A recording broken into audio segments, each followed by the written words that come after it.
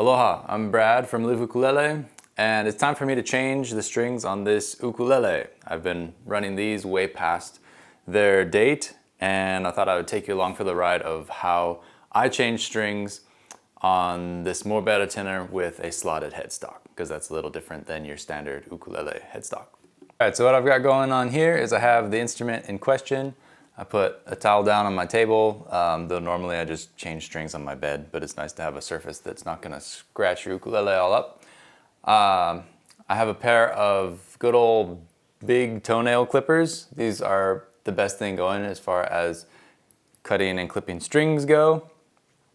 And I have my box of strings. What's on here now is Worth strings, and I'm going to put some of Joel from Hawaii Music Supply, some of his Uke Logic strings on here. So, first thing I'm gonna do, this is a little bit sacrificial and some people might not agree with this, but if you hold the string, you just clip by the bridge, bink, there goes the strings.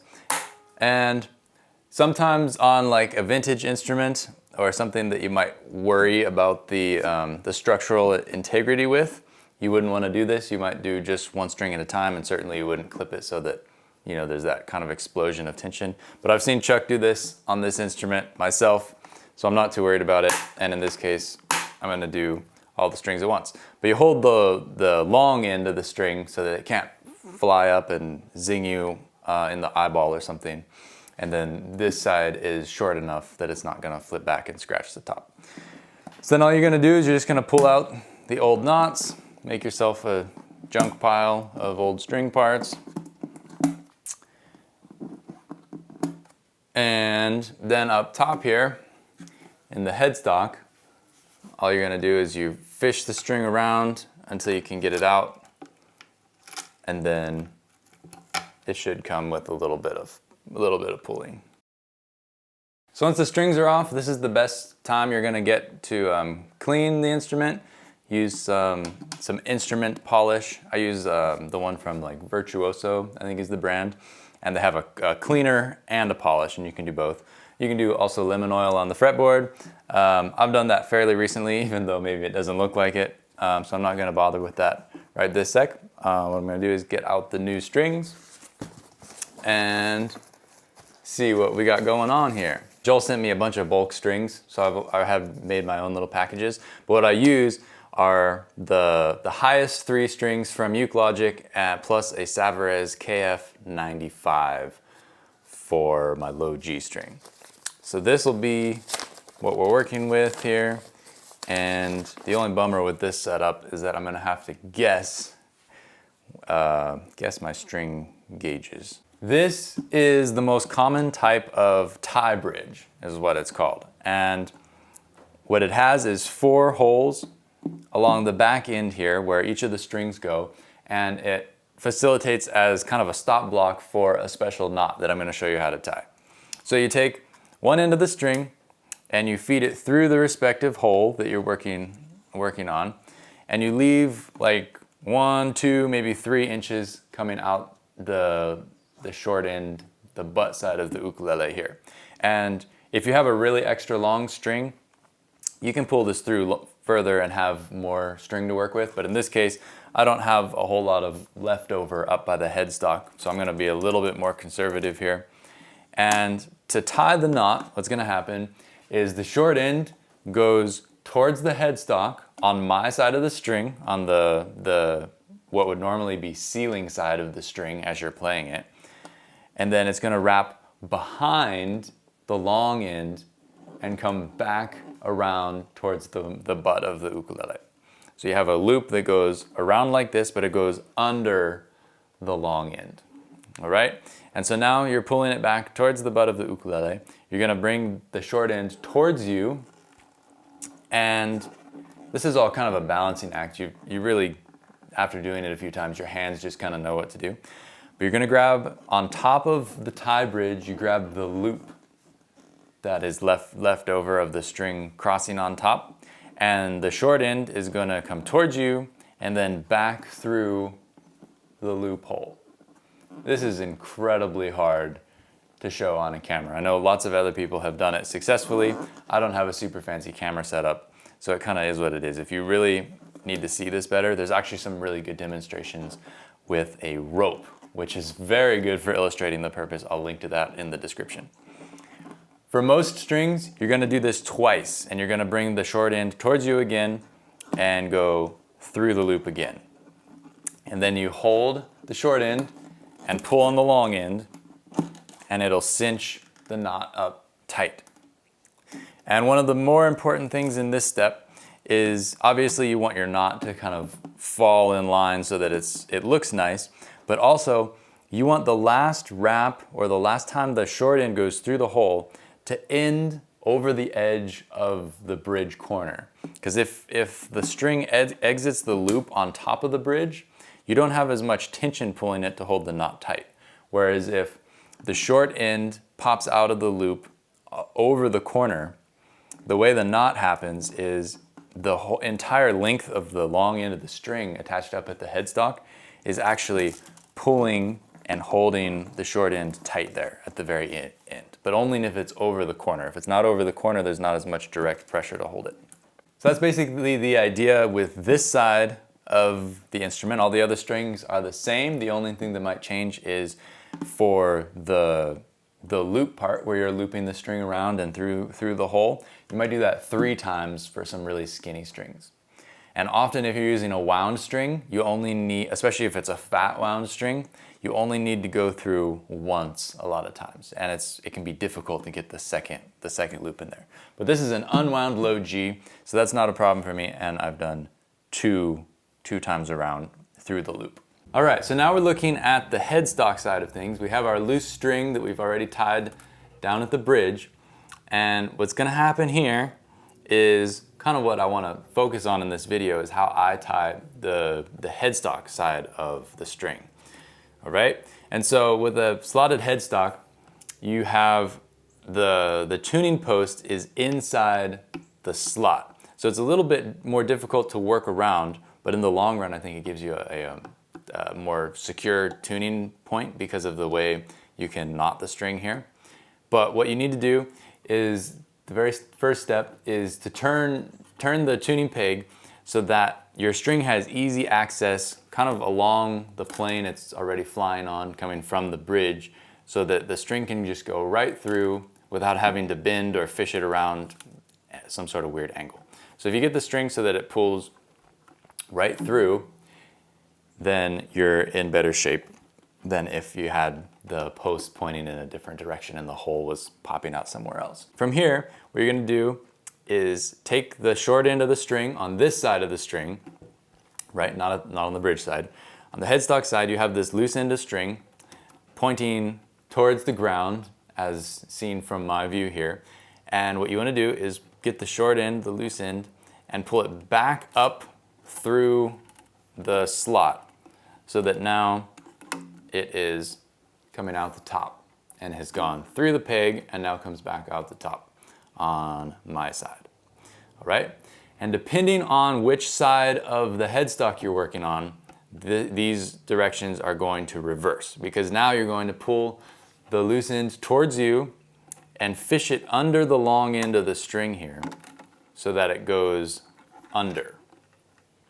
And you would do the inverse of this if you were working on the other side, because what I want to do is wind my strings towards the center of the headstock from this side and to the center of the headstock from this side. So in this case, I want the loose end to be on the side that I'm not going to continue my wrapping. So in this case, it's on the outside. You want the loose side of the string on the outside of the headstock. And so we've gone under and to the side, and then you're going to just pull it towards the top of the headstock so that it holds. And if you notice, the long end of the string, once we start tightening, is going to clamp down on the short end of the string. And that's going to hold it tight because the entire tension of the long end of the string is going to be bearing down on the short end because we've tucked it underneath. All right? And one thing I do is I give it, once I start tightening, I give the string enough looseness and leeway so that when the long end crosses over the short end, I'm not bogging the string into the tuning hole. Because if you pull on it too much, it'll do that. You'll cross over the string inside the tuning hole, and I don't think that makes quite as secure a fastening. So if you leave it loose, your string is gonna cross just on your side, just on the outside of the hole there. So if you tighten this up, you're pretty much good to go, and once it gets around the corner, you can let go of the long end. It'll be secure because this string is holding it here. So as we wind the string onto the peg, you wanna make sure that for the first time around, you work the string on the inside of there's a little bit of string popping out the hole here. You wanna work on the inside of that, and then from here on out, everything's just gonna be on the inside, inside, inside. And as you go, check your tuning so you're not over tightening.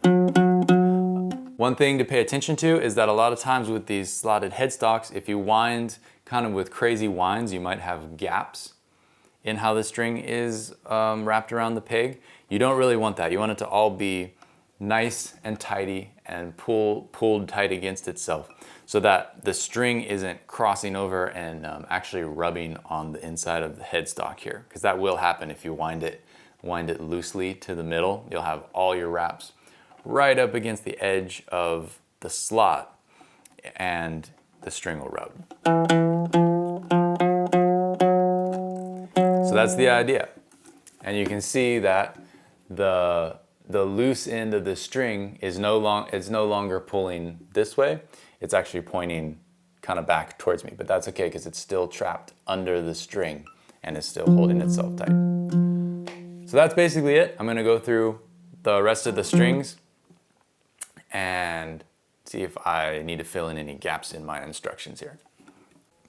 One thing you can do as you work your way across your instrument, adding new strings, is if you have, in general, you want to make sure that the saddle is still in the slot. If you do something really wrong and crazy, the saddle can become loose, and when you put a new string on, you'll actually be floating the saddle on the sideways pressure of the string pushing across it, so the saddle is actually up in the slot. You don't want that. You want to make sure it's seated down flat.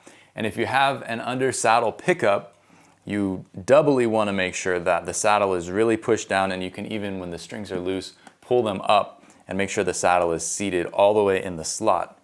And to keep things balanced, a lot of times I'll actually put the A string on next. So you start with the G string and skip all the way up to the A string so that on each side of the saddle there's kind of even pressure pushing down. So that instead of working from the G string, C string, E string, A string down, where you might end up with some kind of pulling pressure on one side, you get an even clamp on the UST element. So just like on the low G string, I'm going to feed the A string here under the long end so that it's popping out and tucking underneath, but I'm going in the opposite direction because I always want this loose end to end up on the outside of the headstock. Especially with the smaller strings, you want to make sure you take up as much slack as possible along the length of the string.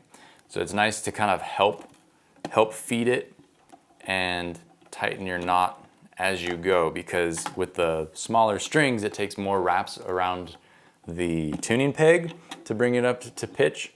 And if you don't do this, you might end up with more wraps than you would actually like. And more wraps is not better, because the more wraps there are, actually, you want just enough wraps to hold the string in place. If you have more wraps than that, you actually are creating more places where the string can stretch and you end up with tuning problems. So in this case, again, I'm wrapping the string on the inside of what I've already worked on. So all of the existing strings coming out of holes and going here, there, and everywhere, I want to help the string as it tightens wrap to the inside.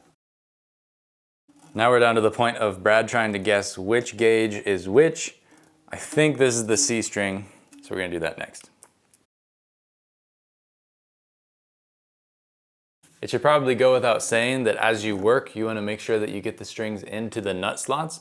A lot of times as you're tightening and when the string is loose, it will decide to hop out. But if you just help it into the slot as long as needed, and sometimes you can hold it there, that will help the process go easier, because then when the string is in the correct nut slot, you will know that as you bring it up to tension, you're actually on the right note, instead of tightening it with the string out of the slot and getting your C note or whatever, and then you move to another slot and put it actually in the place where it's supposed to live, and the pitch increases or decreases.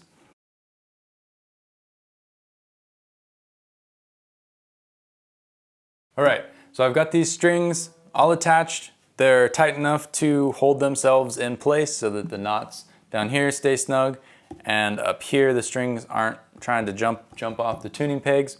And the next step is to get out your tuner and bring everything up to pitch as close as you can get it.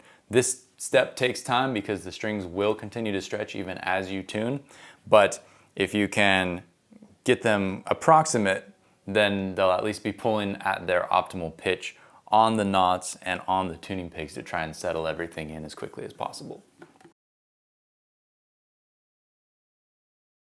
Well, there is a rough tuning, and you can hear they're drifting out of pitch already, and they will continue to do so for a couple of days. I know some people say do or don't stretch the strings, or you actually physically lift them off the fretboard and wiggle them. I don't have a scientific opinion on this one way or the other. What I do is lift the strings down by where the bridge knots are. I try and help everything settle in a little bit just by pulling and seeing if there's any slack that I can manually help the string bring out. As you can see, as I've tightened up the strings, especially these two top pegs on the headstock, the strings have kind of moved their way inwards towards the center beam here. And I don't necessarily want that. You want your wraps to be as tidy as possible. So what I'm gonna do is just with both hands help pull the wrap into place so that it's all snug and neat and tidy. Same for this one here. Just like so. So now you have all these junky loose ends. This is where the nail clippers come in super handy because they can get a real tight cut along the edge here that is, it doesn't leave anything sharp that you can notice. And so with the nail clippers, all I do is you grab the short end and lift it up and then scoot the nail clippers in. I go almost as close as I can get, and then you just snip. And the edge that it leaves is actually angled down and away so that even if you touch it and pull on it, the sharp edge is just right up against the bridge block. So you don't have to worry about the sharp edge if you do it this way. So again, lift and get it as close as you can. This is a terrible angle. If I go this way, it should be easier for me. Lift and snip. And really, I'm cutting these so short because I know I can do it this way. I know that the bridge block holds these strings fantastically, and I've done enough strings to know that my knots are up to par. If you want to be extra safe, you can leave a little bit of loose end so that if the string slips, that there is a little bit of loose end to catch it. Otherwise, if it pulls through all the way, there goes your string. It's detached and you have to kind of start over, and hopefully you have enough length to reattach it. Otherwise, if you trimmed everything and the string pulled out, you're a little bit out of luck. So now that looks nice and pretty. Sometimes folks will do the loose ends of the strings and attach them down the way. Like I think from the factory, Kala has that setup where the end of the string above goes into the knot of the string lower than it, and so on and so forth. So the A string actually has, I think, all of the strings on in the loop of its knot here. But for me, that doesn't really serve any kind of purpose. People do string beads as well. I don't subscribe to any of this stuff. If it's a good quality bridge block and you can tie your string knots all right, you shouldn't have any problems with slippage. And if you do, drop me a comment and I'll try and lend a hand. On the other end, we also have loose strings. Same deal here. When I trim these, I try and leave like a 1/4 inch or a 1/2 inch of leftover in case the tuning peg slips a little bit. Because if the string pulls out of there again and you've already clipped it, you're out of luck. But if you leave a little bit of loose end, you do have a little bit of leeway, but obviously this much leeway is annoying. The main thing to watch out for here is to be sure you don't actually cut the operating ends of the strings, because if you do that, then you're really out of luck and you'll need a new string.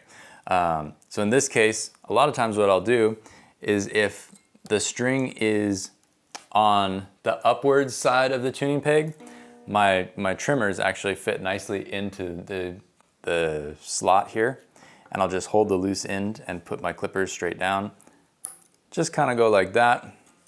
If the string is coming up or exiting its wrap on the tuning peg from the bottom, I'll flip the headstock over and go from the back.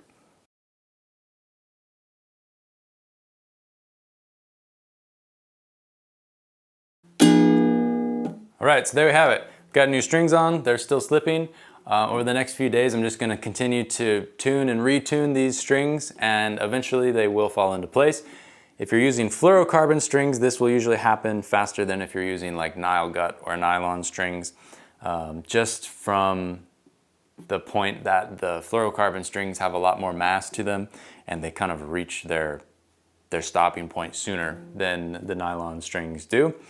Like I said, you can stretch to help the process along. A lot of people say that it goofs with the intonation and creates flat spots or dead spots on the string.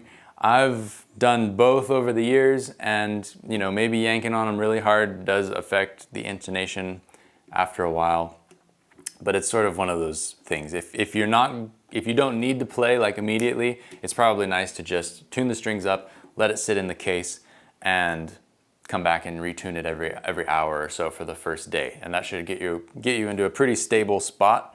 But otherwise, if you like break a string and you're at a show and you got to play, obviously you'll stretch the string out just to get to a point where you can go back and play your song. Anyways, yeah, I love these strings from Joel. I know that he's providing them through his Etsy shop, and soon, maybe as of this video, he's got them up on HMS. I don't know for sure, but they're great strings. And yeah, if you want to hear more about those, I talk about them in a different video where I analyze different gauges of C strings, which is kind of an interesting rabbit hole to go down. Anyways, thanks for watching.